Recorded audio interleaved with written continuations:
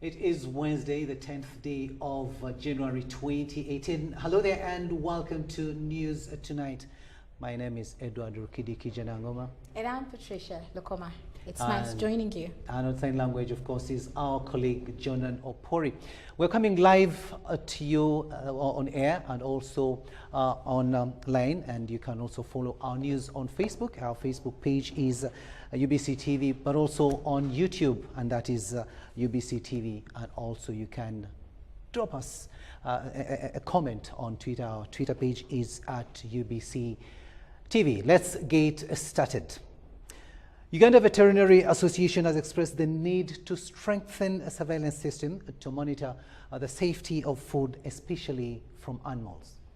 The association's president, Livia Mbaluka Amvua, says regular monitoring can only be done if government invests more in recruiting inspectors, rehabilitate and equip laboratories at all slaughterhouses. We have details.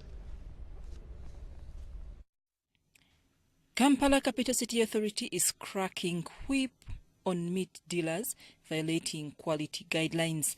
A number of butchers in and around Kampala have been arrested, warned, and a number are out of business over use of insecticides and other life-threatening substances to keep flies away from their meat stalls. Although laboratory tests have shown no use of formalin, as had been alleged, Uganda Veterinary Association President Dr. Sylvia Mbaluka Amvua says this is speculation because the value chain of animal foods is not being followed. Now in the media is more speculation, given that we don't monitor our production systems routinely or regularly. We have not been sampling meat from the abattoirs on a daily basis. Now when we come up after we've seen the media reports, and then everybody goes to the field to collect samples, it's very probable that the samples we are collecting may not be very useful because the people who are involved in these illegal practices are already aware. They have already changed, they have already withheld. Who raises this animal for slaughter, they have a responsibility to make sure that this animal is fed well, to make sure that they don't send us an animal on treatment that has high residues of veterinary drugs in its tissues for slaughter. Mbaluka expressed the need for government to increase the budget for the veterinary sector. System is in place, but many times it lacks the budget to actually do what it is supposed to do. From they deserve meat that is free of anything that could harm their health.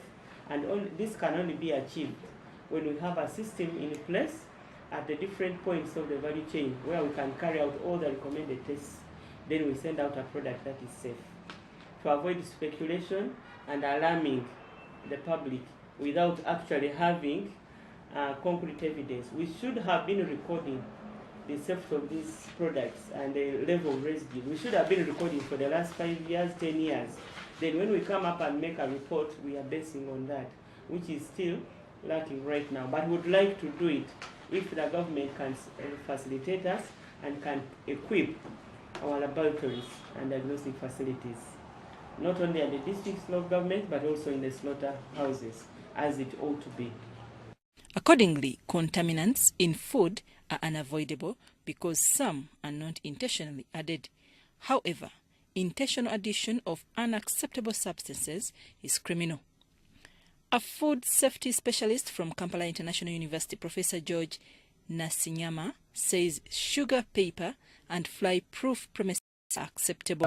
Acceptable food safety methods that you can use. Chemicals definitely is not an acceptable method. We have, for instance, fly-proof.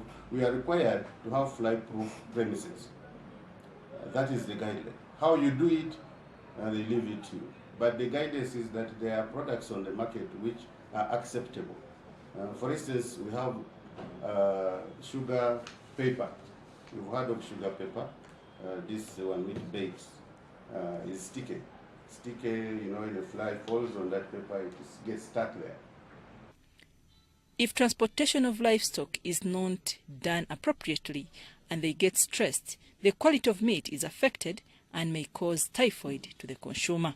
Some of this can enter into the circulatory system and now be found. For example, salmonella.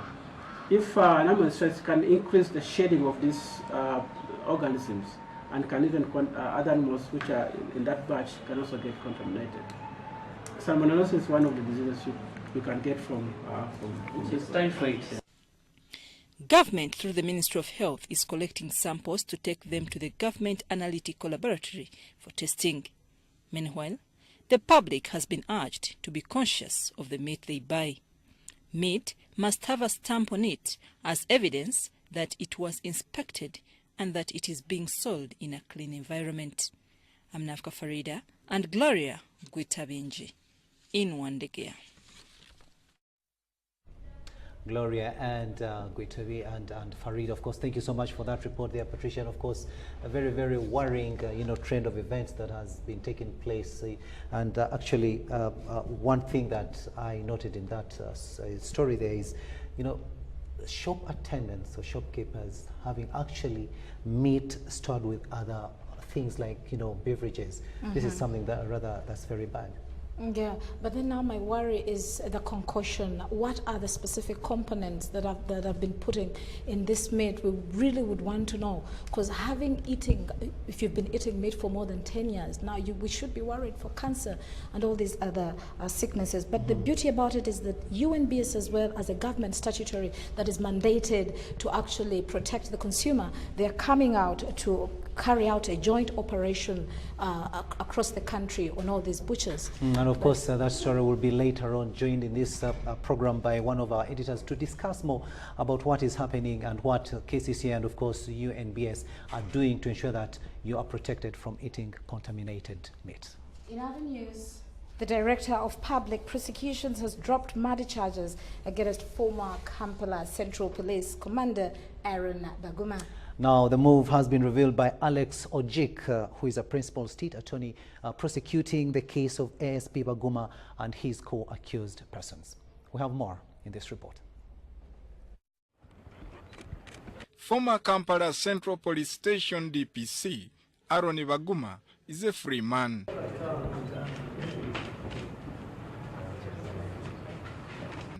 The DPP has dropped murder charges against him through a notice of no further interest in the matter signed on December 21st, 2017. I am completely disappointed by the decision of the DPP to withdraw those charges against Baguma. We were castigated some time back because Baguma had delayed to come on board on this matter. We asked the DPP in written to drop Baguma earlier so we can continue with the case. 2 years down the road, the matter has been withdrawn. Accused person number 8, Baguma, has been withdrawn from the case. We don't know the implication when the same office insisted that Baguma should be on the charge sheet with the rest of the accused persons. The reason they gave us then was that without him, they would not be able to continue with the matter and prosecute successfully this matter. So now that he's off, we wonder whether they still have the same conviction they had then, that without Baguma on the charge sheet, they can still succeed in winning the matter. Baguma has been battling charges of having a hand in the murder of businesswoman Betty Donna Katusave that was committed at Pine Car Bond in Kampala. But the remaining suspects, including Pine Car Bond owner Muhammad Sebufu, will return to court on February 6th for trial. Prosecution did not have a police file when the matter last came up to court on December 19, 2017, before Justice Flavia Senoga for plea-taking. The accused allegedly killed Betty Donna Katusave over failure to clear a 9 million shillings balance on the cash shared boat from the Pine Car Bond. They face charges of murder, kidnap with intent to murder, and aggravated robbery. Samuel Garandi, UBC News. Now from the courthouse, let's shift our attention to the education sector, where the Education Commission wants salaries of teachers harmonized to ease its work of recruiting and supervision. These were sentiments expressed by the Chairman, Education Service Commission, at a swearing-in ceremony of James KUBEREKETYA, the 7th member.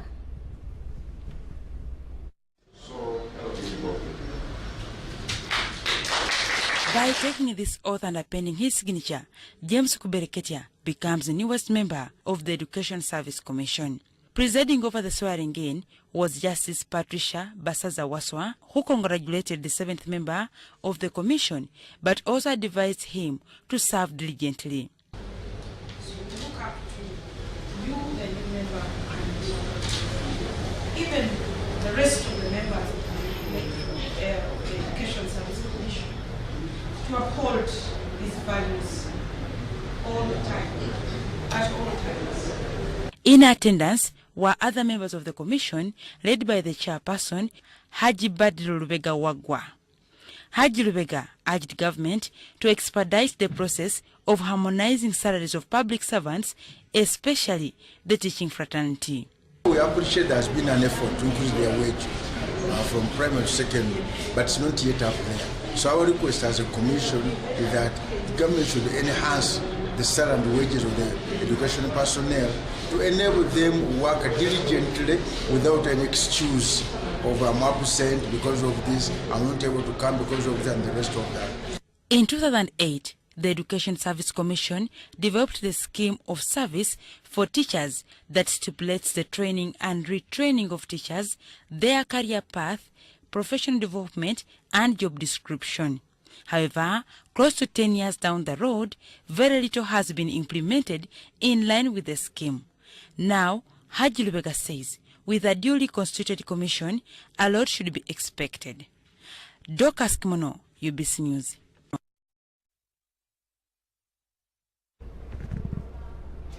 News Tonight will now take a short break and we'll be back with much more. Stay with us.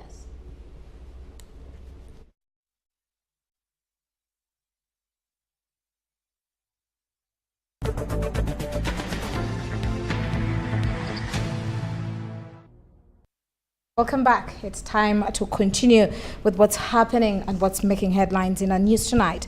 Hilly and mountainous areas in Bugisu have adopted a transportation system suitable for areas that cannot be easily accessed by vehicles due to their rugged nature. In Bumbo district, donkeys is the preferred means of transport because they can easily maneuver rough and hilly areas. Our reporter Hilda Mutonyi has been in the area and brings you the details of the transportation system.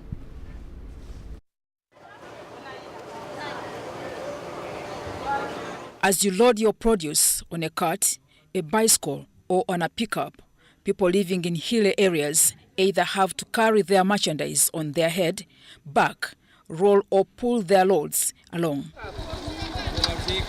However, those around Mount Elgon Ride have opted for donkeys, also known as punda, to transport their goods around the rugged hill areas. The donkeys are domesticated resilient animal across the globe, often used for transport in hard-to-reach areas like mountainous areas, deserts, and even marshlands. They are members of the equidae family, which also includes horses and zebras. These animals, also called as burros, have long, floppy ears and tend to be stockier than their counterparts. Unlike wild ones, domesticated donkeys vary in size depending on how they are bred. They weigh around 250 kilograms and 92 to 123 centimeters from hoof to shoulder. For decades, donkeys have been used as a working animal for at least 5,000 years. Working donkeys are often associated with those living at or below subsistence levels. Isura wansi ne mikuku ngokiwate minji kiro nga 15 isura wansi. This animal is one of the most resilient and can adapt to very hard conditions, easy to keep, does not easily fall sick, and eat very little to survive. A donkey, commonly known as punda in Kiswahili and isikiria in Lumasaba, is a very important animal, especially to the Bamasaba of Wombo, who use them for transport. Also known as the beast of burden, the donkey can sometimes take on plowing like the oxen do. The lifespan is about 12 years, 10, 12, 14. If we have kept it well, it can go up to 14 years. Donkeys are favorites among farmers of Wumbo. Donkeys aid farmers in carrying onions, maize, beans and cabbage to the market or nearby points where they can access vehicles. This is because vehicles cannot reach farms or the nearest selling point. Donkeys can carry up to 200 kilograms from faraway places. The farmers here have no regrets about having no vehicle or motorcycles that can maneuver these village paths on hanging hills and steep ridges. Interestingly, a female donkey or a genie does not allow a baby donkey called a foal to carry. The animal is sensitive to child labor. Why should it carry and you want to give the child also? It will refuse and throw everything away. So yes, you can load it with everything. But when the child is small, a calf, a small one, the one which is still suckling, it will not allow. Even one which has weaned but is still a bit young, it will not allow. A donkey's gestation period is same as for a cow. Foals are weaned after 5 months. Genies are usually very protective of their foals, and some will not allow anyone besides a foal. They use their four-leg kicks to ward off any unnecessary closeness. These animals defend themselves by biting, striking with the front hooves, or kicking with the behind legs.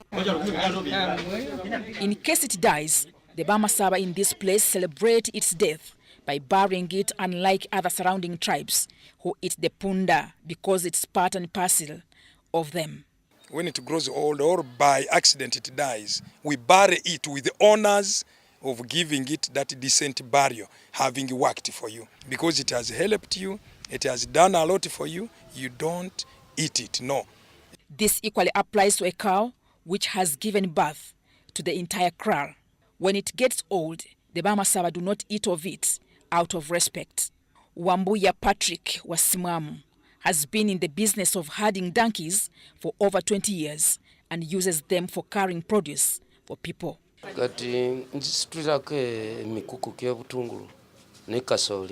During the hottest hour of the day, they are resting and more active in the mornings and evenings. Some donkeys are trained to deliver merchandise unaccompanied. Donkey work is an expression coined to suit too much work to be accomplished by a person, unlike the unassuming donkeys known to be hardworking and resilient animals. Mutonyi Hilda, UBC News. Interesting report there by Hilda Mutonyi. And of course, donkeys, of course, not tolerating child labor. Thank you, Hilda, for that report. Now, moving on, Kampala Lord Mayor Arias Lukwago says Kampala is in a financial crisis. Now, the mayor says in the last few months, the authority has spent over 27 billion shillings, and that puts city management in a financial situation. However, the KCCA spokesperson Kao Jupiter says they are looking forward to clinching a supplementary budget to clear for the crisis as they resume taxi collection. We have a detailed report.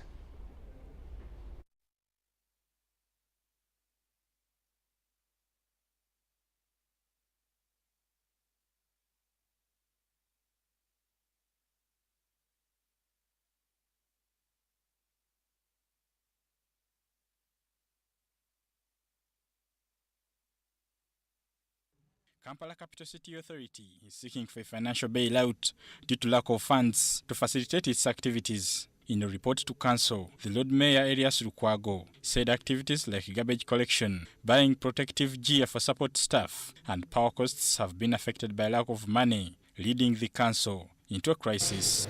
We have to close down the institution. We have no choice if it continues like this. Because now the debt portfolio for all our liabilities here, you will shudder to learn that the portfolio now stands at 27 billion Uganda shillings. The solutions being suggested by colleagues are not tenable at all. Because the mind of Jennifer Samakram says the accounting officer and Madam Betty Kamya is about increasing taxes. Yet the economy is not doing well. Performed slightly below 50%, because we had some revenue streams affected, especially the revenue stream of road user fees for taxis, cut back on some of the service areas, including advertising, costs on staff traveling, training, and all that. So that will definitely translate into cuts in many other areas, unless there's a supplementary. Because we are here running the city on behalf of the central government. That is what the Act is saying. KCCA is an institution of government governing the capital city on behalf of the central government. So I don't think it is reasonable enough for us to sit down here and start drafting new license fees, structures and whatever, such that we can raise this amount of money to run the institution. Let the government itself fund the institution. If not, let the institution close up. Meanwhile, Lukwago refutes allegations that he is going to resign in case the city law is revised, and in a way clips his wings. So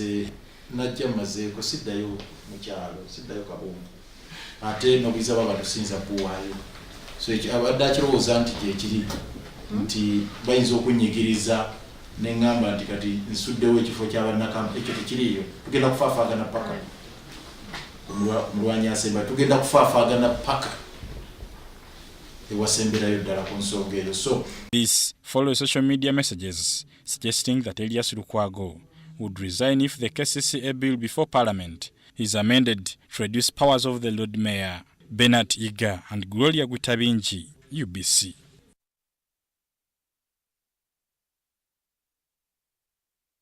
Well, right now we're going to go for a very short break, but of course stay with us, for when we return we're going to be focusing on the earlier on story that we had discussed about KCCA enforcement on butchers across the country. Stay with us.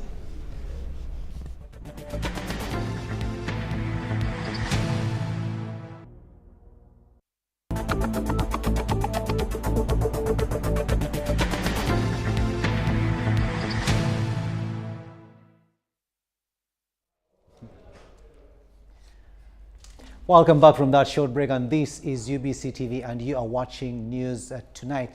It's time now for us to go to that segment where we look at a particular a story that is making headlines, and tonight we're looking at the issue that has been making headlines, and that is of course pertaining to meat, and the Uganda Veterinary Association expressing the need to strengthen surveillance system to monitor the safety of food, especially from animals. And tonight in the studio I'm joined by our senior editor, and he's been here, he knows it all, and that is Mr. Deo Habimana. Good evening and welcome to the program. Good evening, Mr. Kaija.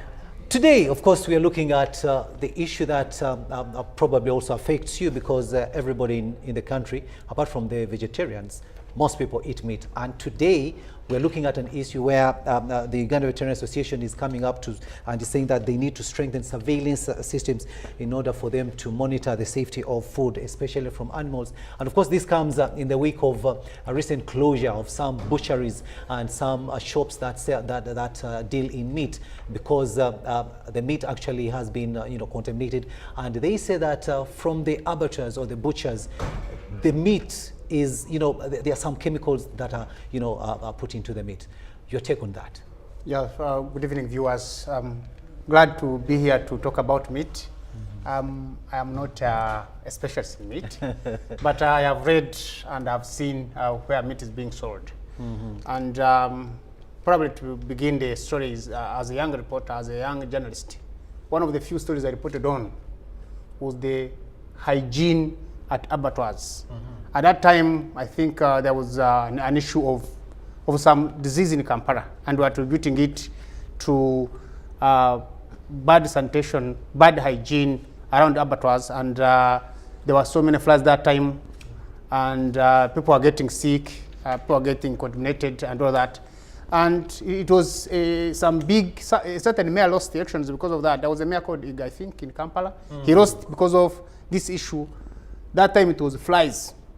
But today, when you look at the screen, there are some flies you can see. But do you avoid flies? Can you avoid flies in an abattoir? That time was flies. Today it's not flies. Today it's meat without flies. So it's a very funny situation. However, the truth is that there is a problem. Now the problem is, I think there was some laxity within the monitoring system, because we have what we call health inspectors in Kampala and probably other urban areas who relax the little bit. Because if people go to an extent of using insecticides to keep away insects and flies and all that, they are going too far. And of course, they spray it where they put the meat at the end of the day, the insecticide. Exactly, and they spray, and when you reach there, and they keep on sprinkling water on the meat, so it looks very fresh, but without flies. So if meat has no flies, then you as a human being, how can you consume it? Then there's a problem. Yeah. In the first place, they are selling it in the open. It isn't supposed to be sold in the open. It's supposed to be sold in nice places, according to the food safety. You are not supposed to sell meat in the open, hanging meat like this. I have some of my friends whom I studied with from abroad. When they come and they see meat being sold in the open, they get shocked. They can even say not to buy it. It is supposed to be kept in areas which are well aerated and which are well maintained, which are hygienically inspected, and they are very good. But you look at the picture here, they're just in the open. And the flies are there. The flies are everywhere. Are they dead? They could be dead, probably they have been sprayed. But you've talked about something very, very important here, and that is about refrigerators. Yes, the meat, as long as it's been cut, it should be, refrigerated. However, there is a query here, and they're saying that there was a study that was conducted, and it says that only 34%, that is only 35 rather, butcheries, that it comprises about 47.9% of butcheries had refrigerators for storage of meat, of which 31 butcheries, that is about 88.6%, were in good condition. Now the others were not in good condition. Your take on that? Now you see what happens to that percentage of those that are in good. These days you have had people just dying. You are with somebody, you are working today, the following day he is dead. It could be one of the reasons. Because they consume meat. Kampala people who have some little money somehow believe that meat should be part of the menu. And finally, what is your take on this? Because we have seen, even in supermarkets and some other shops, you find meat is placed in the same refrigerator with beverages, for example, milk, sodas. Do you think that is right? In fact, I was reading something to do with food safety in America, and they were saying chicken and other types of meat should not be mixed with any other commodity when it's being sold, because they are easily contaminated. They are perishables, and they can easily get contaminated. That's why they smell so fast if they are put in the open.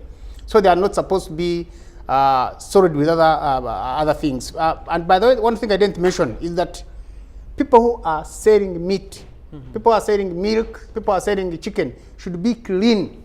That's the first thing. Should be clean, should be well kept, should have clean clothes. In fact, they're supposed to put on white so that you can easily gauge whether they are clean or not.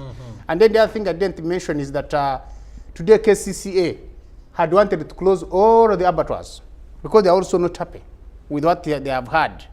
And next week, they are going to have a meeting, and probably they will do something. Because these people are saying, we also have children. If you close the abattoirs, how would our children go back to school? But you are selling meat which is contaminated.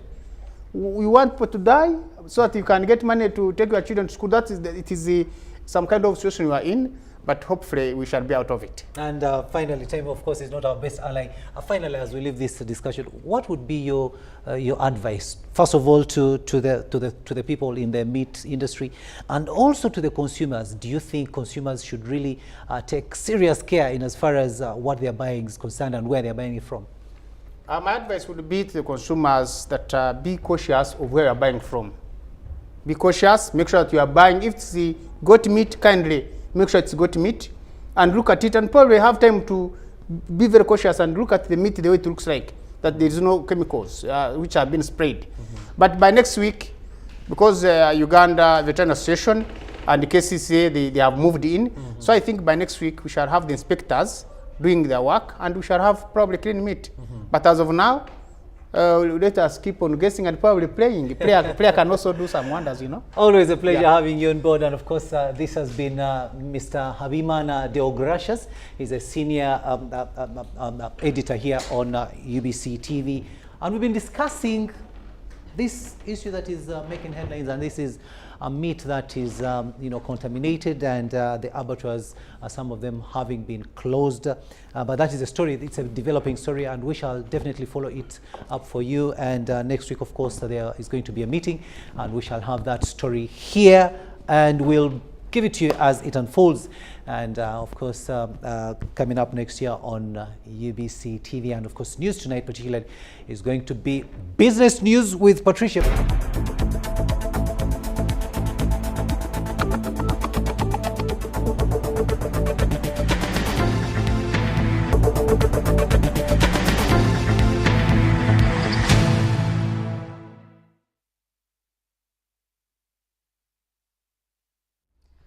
Well, it's time to look at what's happening in business.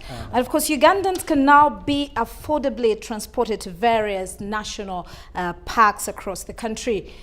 This follows the launch of 5 50-seater executive buses by Uganda Wildlife Authority. While launching the buses and the Tulambule 2018 Domestic Tourism Drive, Godfrey Kiwanda, the State Minister for Tourism, highlighted the importance of Ugandans positively participating in marketing Destination Uganda. The 5 executive buses were acquired by government through the World Bank Competitiveness and Enterprise Development SEDE project that seeks to support reforms to improve the business environment in Uganda. State Minister for Tourism, Wildlife and Antiquities, Godfrey Kiwanda, says since tourism is one of the biggest sectors of Uganda's economy, there is need for more investment in critical areas to accelerate development. Tourism is a multi-sector business, and we work together, because much as we can promote these buses, if there are no roads, if the country is not safe, if there is no security, really we cannot promote tourism. But we thank government, one, for the security, for the infrastructure that is enabling us to promote tourism. Flanked by a number of private sector and public sector stakeholders, Honorable Kiwanda made the remarks at the official launch of the Uganda Wildlife Authority tourism buses and Tulambule 2018 Domestic Tourism Drive at the Uganda Museum. These buses have cost the government of Uganda more than $800,000.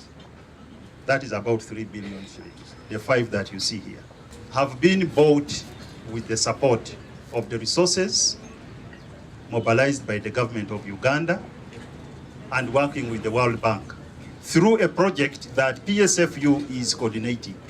We appreciate government efforts, but of course there's a lot more to be done on the government part, especially the infrastructure.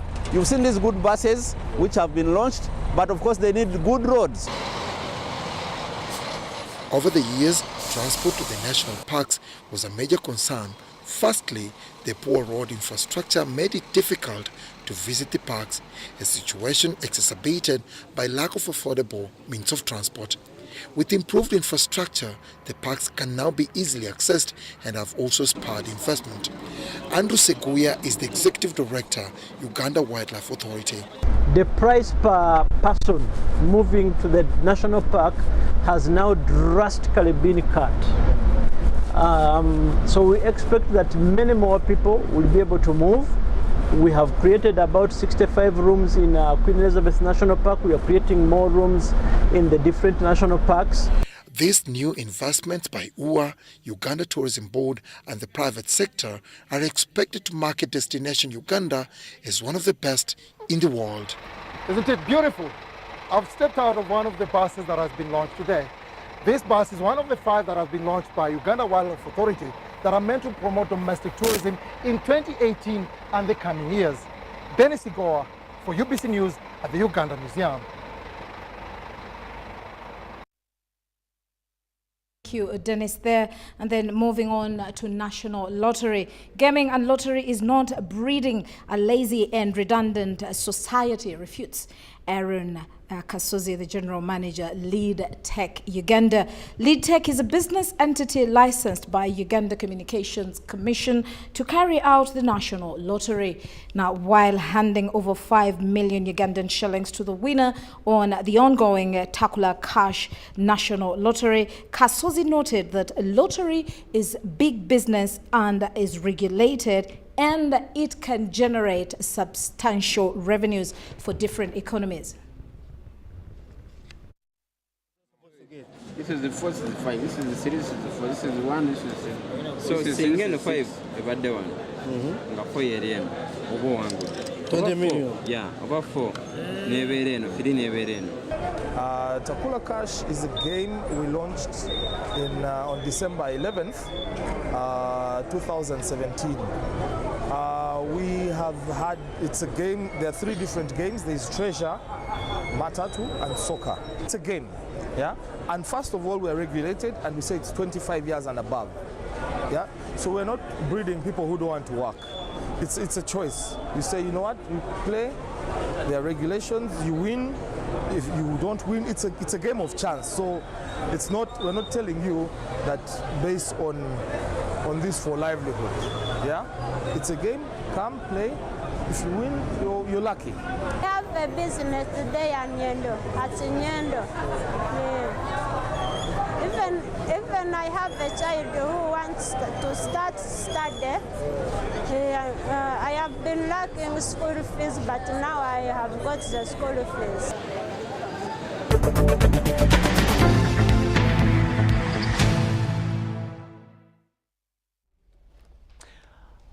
Welcome back, and this is News Tonight here on UBC TV. Time now for us to have a look at sports, and we begin with football. Now, the final Uganda Cranes squad for this year's CHAN tournament has been named by head coach Sebastien Desabre. Now, after 2 build-up matches, a 1-1 draw with Guinea and a 1-0 loss to Congo, the Frenchman was in position to check on the players who were in camp and came up with the final 23-man squad. Now, Tom Masiko and Mustafa Kiza are the 2 players dropped and will return home from camp, where they have been with the team in Rabat since last Thursday. The players retained include goalkeeper Isma Watenga, Benjamin Ochan and Saidi Kenim as defenders, including Nico Wadada, Joseph Nsubuga and Timothy Awane. Now, midfielders include Milton Karisa, Paul Muchurezi, Alan Chambadi, Saif Bati, while Shaban Muhammad, Derek Nsibambi and Nelson Senkatuka are part of the squad. Now, the team will remain in Rabat before moving to Marrakech, where Group B matches will be played. Cranes are in the Group B alongside Ivory Coast, Namibia and Zambia.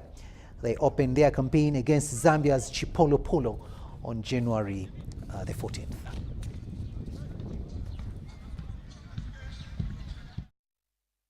Motorsport now, and drivers will return to the cockpit this month when the first round of the National Rally Championships get underway from the 26th to the 28th of this month in Imbarara, with over 40 crews expected to take part in the event. Now, the launch of the event this morning has witnessed many drivers gearing up to the event and are very optimistic about the season opener come the day of the event. Now, 2017 saw veteran driver Christakis Fitidis winning the national championship from a tightly contested year, whereby the only 5 points separated the first 5 drivers on the FMU table standing. The Imbarara Rally has proved to be a more challenging and testing event for the drivers, which has also seen the winner of the event going all the way to win the championship. The rally is expected to cover a competitive distance of 194.1 kilometers with a liaison distance of 102.68 kilometers, covering the total distance of 296.78 kilometers for the 3-day event. Now, the rally will in the same way have 10 competitive sections to be covered, with 4 sections to be completed on day 1, while the remainder of the sections are to be covered on the section day of the event.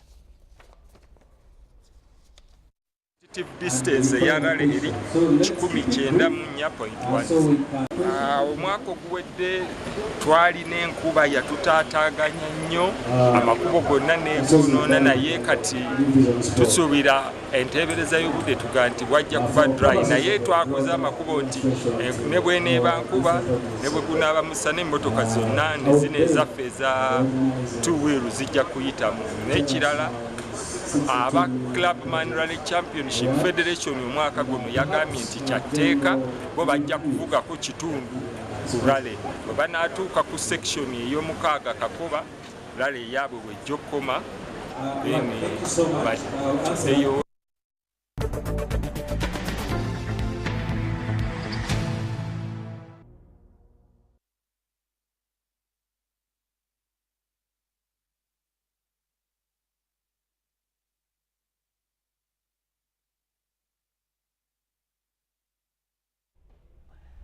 And of course, that was our sports segment, and we looked at various stories there, but we've almost come to the end of our news tonight. Patricia, you must be having something that you'd like the viewer to know before we leave this segment. Not really that much, but like I said, I wanted to ask you a question. How fully have you supported the tourism sector?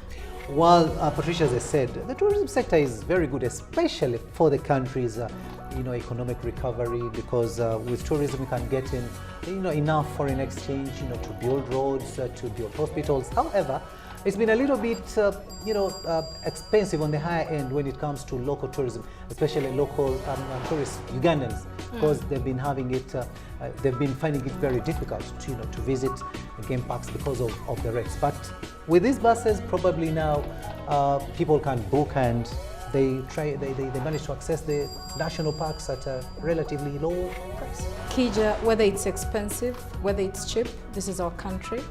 We as individuals, as citizens, we need to take the first step to participate. 2018. To Lambole. Of course, we're going to Kulambula, but don't eat meat.